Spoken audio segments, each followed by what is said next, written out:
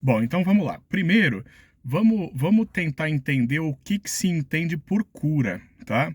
E para a gente começar a pensar em cura, eu vou pegar aqui só para efeito de comparação, só para a gente poder entender aqui melhor.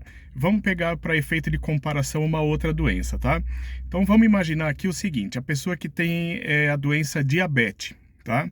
É uma doença grave que traz consequências terríveis para a pessoa, como amputação de membros, por exemplo, e pode levar a pessoa até a morte, tá?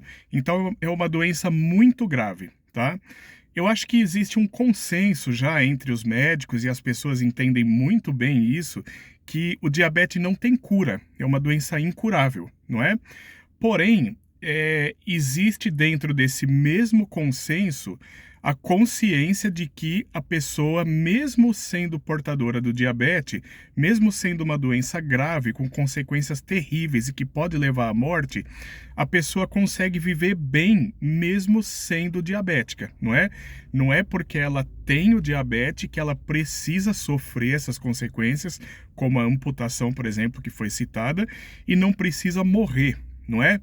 Então, o que que a pessoa precisa fazer para ela conseguir conviver bem com a doença diabetes, né?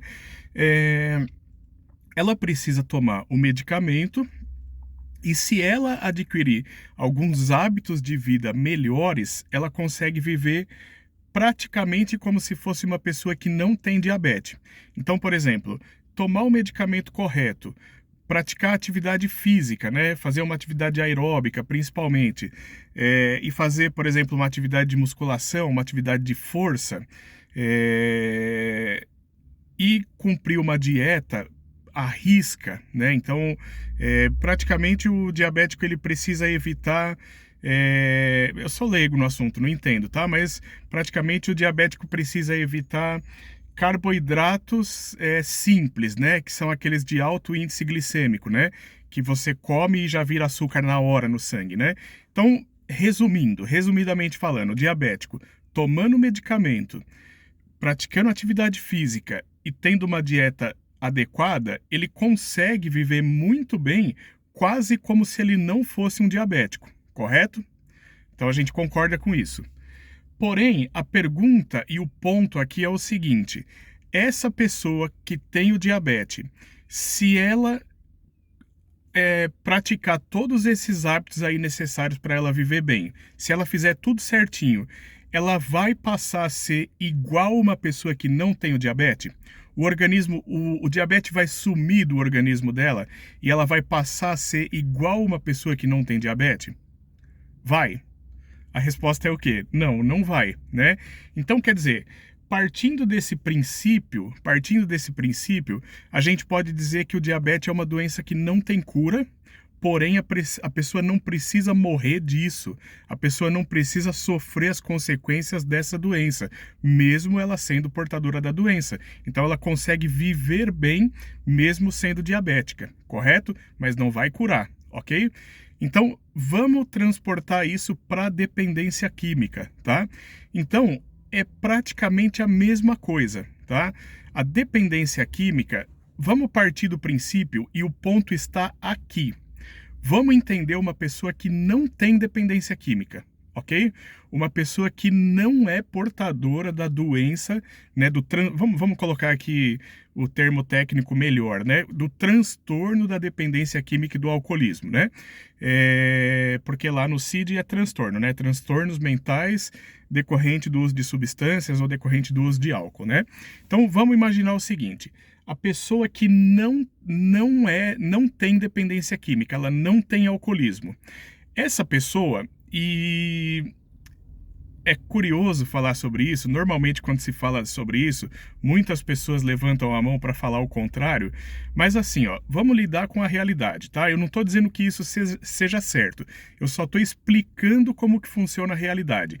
Na realidade é assim, ó, existem pessoas que fazem o uso de substâncias, sejam substâncias ilícitas ou seja o álcool, e não são portadoras da dependência química e do alcoolismo, não desenvolvem a doença, entende? Existem pessoas que são assim. tá? Que conseguem fazer um uso, vamos dizer assim, um uso recreativo, usar de vez em quando, beber no final de semana, beber no churrasco, e fazer isso até com substâncias ilícitas, né? Existem pessoas que conseguem fazer isso porque elas não são doentes, né? Elas não têm a doença, o transtorno da dependência química e alcoolismo. Então tem pessoas que são assim, né? Por quê? Não sei por quê, mas tem pessoas que são assim. Eu acho correto a pessoa ficar usando droga mesmo ela não sendo doente? Não tô dizendo isso, entende? E acho que inclusive pode ter consequências, né? Mesmo a pessoa não tendo o transtorno da dependência, podem existir consequências, tá? Mas vamos voltar aqui no nosso caso, tá? Então, quer dizer, se existe uma pessoa que não tem o transtorno e consegue, até certo ponto, ter, entre aspas, o controle a respeito do uso de substâncias, se existem pessoas assim, partindo desse princípio, a gente tem que acreditar que se uma pessoa que é doente, que tem o transtorno da dependência química, fosse curada, ela deveria passar a ser igual essa pessoa que não tem o transtorno, correto? Então, tecnicamente, isso seria a cura. E é justamente isso que não é possível acontecer. Entende? Então, do mesmo jeito que o diabético, se ele fizer tudo certinho, ele não vai passar a não ser diabético, o dependente químico, se ele fizer tudo certinho também, ele não vai passar a não ser mais dependente químico. Entende? Então, o transtorno da dependência química não vai sair dele. Entende? Ele precisa fazer tudo certinho, do mesmo jeito que o diabético. Lembra que eu estava falando? Então, o diabético ele precisa fazer a dieta, remédio, atividade física, etc. O dependente químico também. Existe uma série de coisas que ele precisa fazer para conseguir ficar bem, né? Tomar o medicamento se for o caso, se for necessário, frequentar um grupo de terapia, um grupo de apoio, ou a terapia individual mesmo, com psicólogo, com terapeuta, e precisa, do mesmo jeito, por exemplo, que um diabético precisa fazer atividade física, o dependente químico precisa trabalhar as questões de defeito de caráter, né? Precisa ser uma pessoa melhor, mudar os comportamentos, mudar as atitudes, mudar as amizades, mudar os locais que frequenta. Então, quer dizer, existe uma série de coisas que o dependente químico precisa fazer para ele conseguir ficar bem, entende? Porém, se ele fizer essa série de coisas, ele não vai deixar de ser dependente químico, entende? Porém, pode ser que ele consiga ficar uma vida inteira sem usar drogas, não é? Pode ser que ele consiga ficar uma vida inteira sóbrio, entende? Mas isso não quer dizer que tecnicamente ele foi curado, entende? Só que ele consegue viver bem com a dependência química no seu organismo. Claro, não fazendo uso de drogas, né? Eles têm consciência de que ele tem o transtorno ali dentro dele e a partir do momento que ele tentar usar de novo, vai voltar tudo de novo, né? Se ele tiver consciência disso e viver a vida dele bem, ele consegue ficar pro resto da vida sem usar droga.